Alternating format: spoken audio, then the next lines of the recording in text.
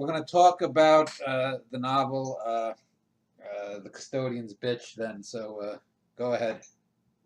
Okay, so I wanted to talk to you about The Custodian's Bitch, and I sent this in a message to you, but I wanted to reiterate it here, that about a third away through the book, I thought it was one of your worst books, and then about 50 to 60% I thought it picked up, and by the end of it, I thought it was a great book. I can only attribute this to two things. The first one is that you said it had a pointless technique. I think that's true because the incidents stack on each other and give themselves more depth. And also because I think, based on what I read before with your plays, your series of plays, and then books like Edge of the Throne and Super 7, I was a bit biased towards the book because it doesn't have a big enigmatic idea to it. It's more of a chamber drama in a high school. So talk to me a little bit about The Custodian's Bitch and what you thought of my observation. Well, the thing that you have to know about the book is that it's a very bleak book. I mean, there's darker things in Vincetti Brothers and A Norwegian the Family, and even in some of the other bigger books you mentioned. But this is a very bleak book because even the main character, who's based on me, who's called Ben, we only get maybe a handful of mentions of his name, and it's about maybe a quarter of the way in the book, I think, before we even get his name, someone saying his name. So he's an anonymous character in a sense. He comes into this job, but we get flashes of him talking about the job in the past. Sometimes he's in the moment, so it's going back and forth over a couple of years. And we know that he's not particularly happy in the current job he has, but it's better apparently than this job. And he meets the various people that he works with in this job as a custodian at a Texas high school. The other custodians, a number of them, the teachers, the staff, how they treat the custodians, accusing them of this, that, and the other thing. And some of them are guilty of the very things they're accused of. But there's no relent to it. At the end of, I mean, in Vincetti Brothers or in Norwegian the Family, there's humor that relieves it. And there are also moments of deep insight. This book has moments of insight and it has some humor, but they sort of eat themselves, and they're small things. The longest passage that isn't a quote from some of the plays that I have maybe runs a page and a half. Some conversation, and I don't really use the total immersion technique that I've used elsewhere. The conversations are, I mean, these people were not really capable of that, and the few people that were, some of the teachers, I don't really give them the forum, and so it's a book that it opens with the character of Ben talking about he's been in pain all of his life, and he doesn't remember when he was last not in some physical pain, and you get the sense that there's more suffering there, and that this person is suffering, but it's not the overt kind of suffering. He's not being beaten, he's not being whipped, he's not. But we find out things about how he lost a prior job. We find out about some of the people he works with that kind of depress him. And it's just very bleak. That's probably the best word to describe the book. It's a bleak thing, and there's no relent. And even at the end of the book, there's really no relent. He also uses his pain for art. Yeah. That's one thing I thought. It opens and closes with a pause on pain.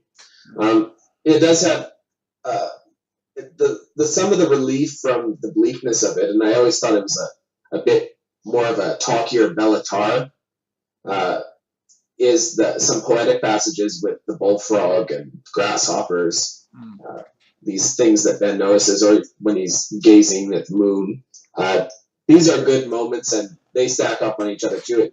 I remember there's a passage where he's positing about the bullfrog and his bitches. Well, actually, he called it the bull toad because it's not bull toad, yes, yeah, but it's a bullfrog. Yeah, but and it follows the year and a half that he works there, which I work there.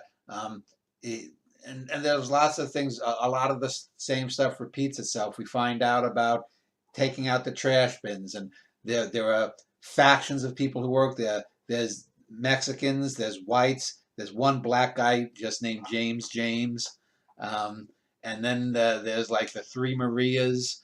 That eventually it turns out there are five Marias that work there. Then there's the Fats, three Fat Rat, Fatter Zeke, and Fatter Stan, and they all hate each other. Then there's a couple of repugnant. Probably the most repugnant character in the book is an older woman custodian named Deb Puss, and I gave her that name.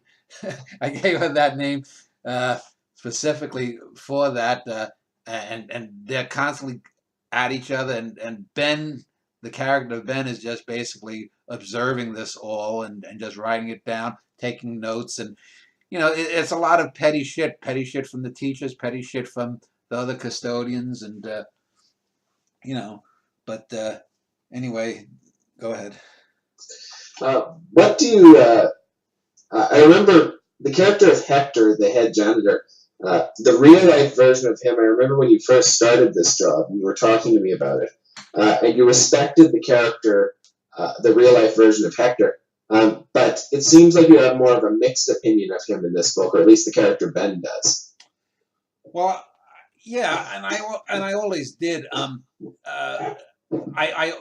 give the perspective of the Hector character though from the other custodians, because a lot of the custodians didn't like him. A couple of the Hispanic women left the campus; they didn't like him. Most of the Fats did not like him. I never had any problem with him. He was always straight up with me. But while I think he was a good guy, he wasn't a particularly good manager of people. He didn't know how to necessarily deal with people. And that's one of the things that you really see in art is the portrayal of work. I mean, if you watch movies, you rarely see people at work. Television series, you don't see them at work. This book gives you the ins and outs of this particular job. And I could have done it, say, on my current or past jobs where I worked in a supermarket or in warehouses or at AT&T when I did that shit, did other phone jobs. I did a book. I don't know if you ever you've read the Company Stories, right? Yeah, I think I did. Yes. Yeah, but I mean that was a part-time job I did when I was a teenager, even though it was at a mob front, but it was warehouse and stuff. You got a little bit of a sense of a job there. But this book is basically the job. We don't really get much of Ben's personal life. We know that he has a wife named Jessica, like I do, Jess, and his wife is named Erica. Oh, Erica, that's right. Yeah, I called her Erica, and the reason I called her Erica was because when my mom was alive, Jessica always makes fun of my mom. She goes, and she always called Jessica, but Jessica would say, Erica, you bitch. So I decided to make Ben's wife Erica. And you don't get much of her at all. She's more in the background. Every once in a while she has a melodramatic fit, but you don't get much of the outside world in this book. It's mostly the interiors of the high school. Yeah, and there are a few. I think there's 2 or 3 students. There's one student that was abused by a teacher, an incident that I wrote about, a female student. Some of the teachers I write about. There's a right-wing gun nut who's like the captain. In Texas, they have floor captains, so there's always one teacher that has a gun in his classroom in case. And this guy. Then there was like the guy who seems to be masturbating in his room. Then there's a few other teachers that are kind of bitchy, and there's a few young teachers that Ben notices. There's that one that Ben's attracted to that he gives more credit just because he's attracted to, but she, I guess, complained because he threw out some food of hers. Yeah. Maybe mixing them up. He calls her sexy bitch. Yeah. But what the work ethic of most of the characters is horrible too. Especially that is it Fat Zeke or Fat Zeke, something like that. Fat. He'll spend hours just in his vehicle eating, and then he'll go and do a couple hours of work. But one of the moments that really stuck with me is I forget the name of the character, but this happens in all sorts of jobs. But you have this muscular figure who comes in there and he rips out a lot of the carpeting or something.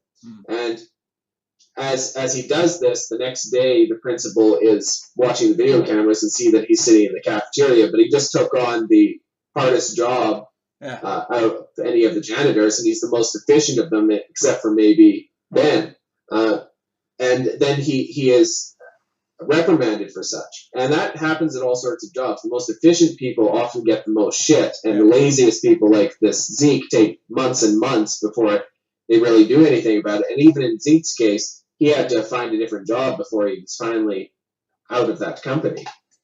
Well, the character is Gregorio, the one who was he had come the one summer, the second summer that Ben worked there or I worked there, and he was a good worker. The fatter Zeke characters, he's the guy who ends up getting shipped off to another school because the whatchamacallit, the principal never liked him or whatnot, or found him doing something. And although he ironically was the guy who discovered the graffiti about some student wanting to kill the principal and whatnot,